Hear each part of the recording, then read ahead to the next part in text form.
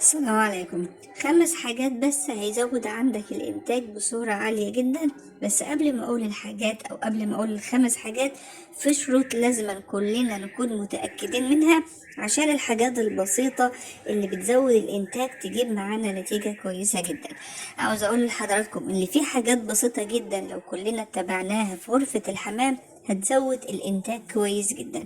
بس إحنا مش معانا عصاية سحرية بنضرب بيها ونحط المكون ده ونقول المكون ده الحمام هيبيض تاني يوم وهيبيض. لا، الكلام ده كلام خطأ.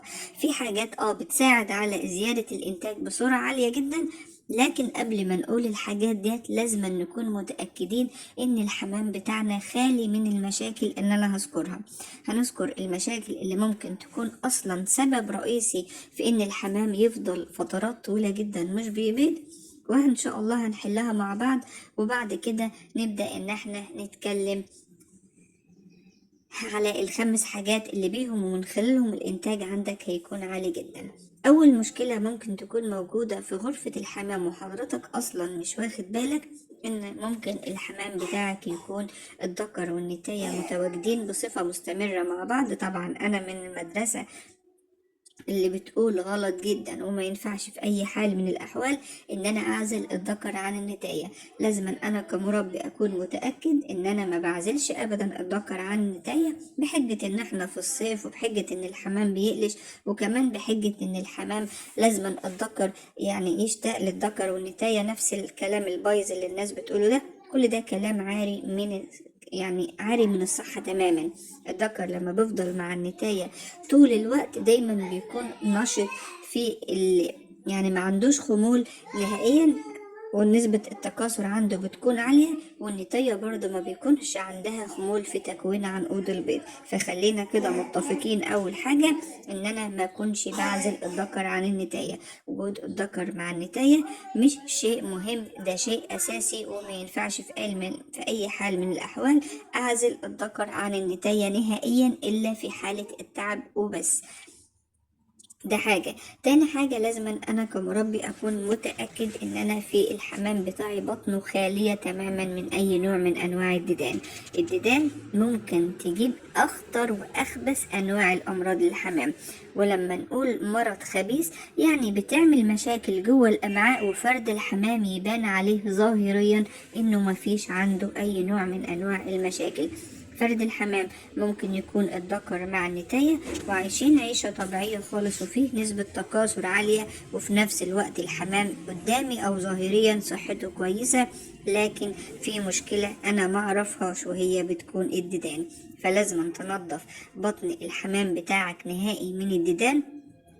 هتجيب جرعات الديدان اللي موجودة في أي صيدلية بشرية، وأنا دايما بنصح وبقول يا جماعة ما حدش فعلا يجيب غير الدواء، وخاصة في الوقت الحالي، الوقت اللي الأسعار فيه غلت جدا، بقت نسبة الغش يعني موجودة بصورة كبيرة جدا. دواء البيطري أنا مش بقلل من قدر حد، لكن الدواء البيطري للأسف فيه تلاعب كتير جدا. في ناس كتيرة جدا بتتواصل معايا وتقول لي أنا جايب أملاح معدنية وبحط أملاح معدنية، ومع ذلك برضو الطيور بتاكل في بعضها، فده إن دل على حاجة يدل على غش الأدوية للأسف. فعشان كده يعني ارتقاء بنفسنا وللتعب والمجهود، واكون انا متأكد ان انا بحط حاجة كويسة، هاتوا الأدوية البشرية. الأدوية البشرية مادام صلاحيتها موجودة فيها تبقى إن شاء الله تجيب يعني نتيجة. وفي الأول وفي الآخر دواء بشري بتعامل مع جسم بشري، ما ظنش ان يبقى فيه يعني غش هو ده كمان. فخلينا نكون نحتاط بنفسنا ونكون واخدين بالنا، فنجيب دواء ديدان من الأدوية البشرية بتاعت البني آدمين، أي نوع دواء للديدان. لأن أنا ممكن أذكر دواء معين وأخ فاضل يجي ويقول لي والله ده أنا دورت عليه ما لقيتهوش، فتروح للصيدلي تقول له أنا عاوز دواء ديدان مثلا لعمر حوالي عن 17 أو 16 سنة أو 15 سنة، ما تجيبش أقل من كده، وتجيب القرص تحطه على رتل من المية. بشرط استنوا هنا بقى الحاجة مهمة جدا، فبعض الناس بتجيب أدوية الديدان وتديها كده للحمام على طول من غير ما تعرف إن الحمام عندها تعبان او لا. ما تحطش دواء ديدان ابدا لنوع حمام عندك يكون تعبان. لازم تكون متأكد بنسبة 100% ان الحمام بتاعي خالي تماما من الامراض، خالي تماما من اي نوع من انواع حتى الخمول. لان لو حطيت دواء ديدان والحمام عندك تعبان، حتى زي ما بيقولوا كده مش تعبان قوي، هتعمل مشكلة كبيرة في غرفة الحمام. فبكل بساطة هتجيب الاكل وتحطه للحمام بتاعك. الحمام ما شاء الله اكل من الاكل كويس جدا، اعتمد على الله، وبعد كده حط الدواء ديدان. لو الحمام كله بياكل كويس وشفت كله بياكل كويس، تعرف ان الحمام مش تعبان. افرض لقيت فرد حمام في جنبه واقف وكان ان هو بياكلش مع الحمام، يبقى امتنع تماما عن جرعة الديدان دلوقتي، وافحص الحمام بتاعك وشوف انهي مشكلة موجودة عنده وحلها. ولما الحمام يرجع يبقى صحته كويسة جدا، ابدأ ادي للحمام بتاعك جرعة الديدان. تعالوا بقى لأول حاجة أو لأول مكون عندنا. مادام خلاص ما فيش عندنا ديدان في بطن الحمام، هيبقى الحمام محتاج حاجات بسيطة جدا جدا عشان تزود الإنتاج عندنا. أول حاجة عندنا بتزود الإنتاج وبسرعة عالية جدا فوق ما حضراتكم فعلا تتخيلوها، البذور.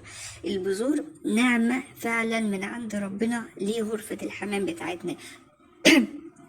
البذور افضل واحسن محسن جنسي وافضل واحسن منشط للمبايض للحمام. بس البذور في انواع منها ينفع تتعمل مشروبات، وفي انواع منها لازما تتاكل كده صحيحة. وما اجي اجيب البذور يا ريت يكون من عند اهالينا الفلاحين، يعني عند حصاد المزر المحصول. لما يجوا يحصدوا المحصول هاتلك مثلا حاجة زي اليانسون والكمون. عاوز اقول لحضراتكم من افضل واحسن المشروبات اللي فعلا ساحرة هو اليانسون مع الكمون لزيادة الانتاج. اليانسون بينشط المبايض. عاوز اقول لكم ان بعض الدكاترة الكبار أساتذة الجامعة بيوصفوا اليانسون ده كمنشط مبيض للمرأة أو للست اللي بتتأخر في الإنتاج. فطبعا الحاجة اللي بتنفع البني آدم بتنفع بنسبة 100% برضو للطيور.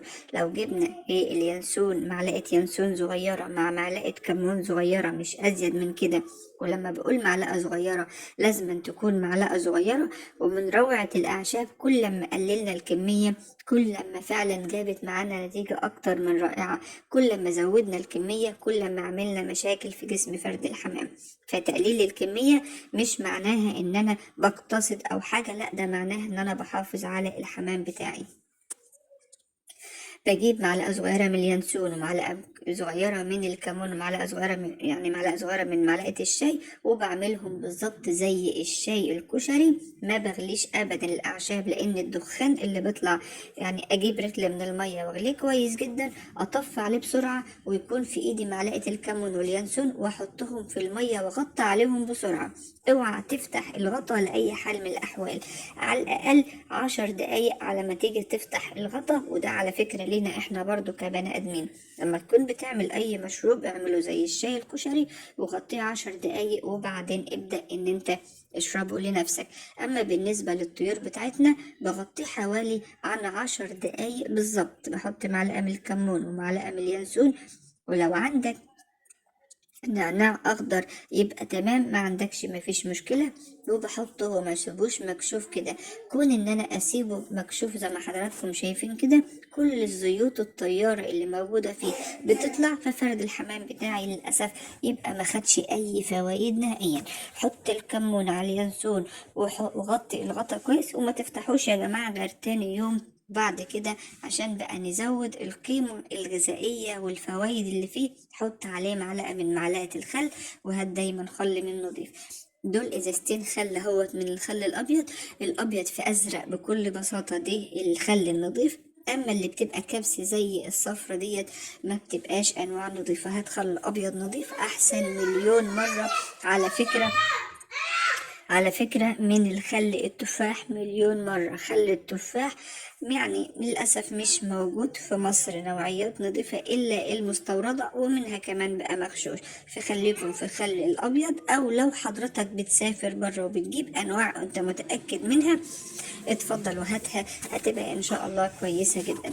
احط معلقة خل على المشروب اللي انا عملته، وهدي للحمام بتاعي، بتزود الانتاج بشكل كبير جدا، وبتمنع تكون السموم داخل الامعاء، وده اكتر حاجة ممكن تزود الانتاج عندنا للحمام.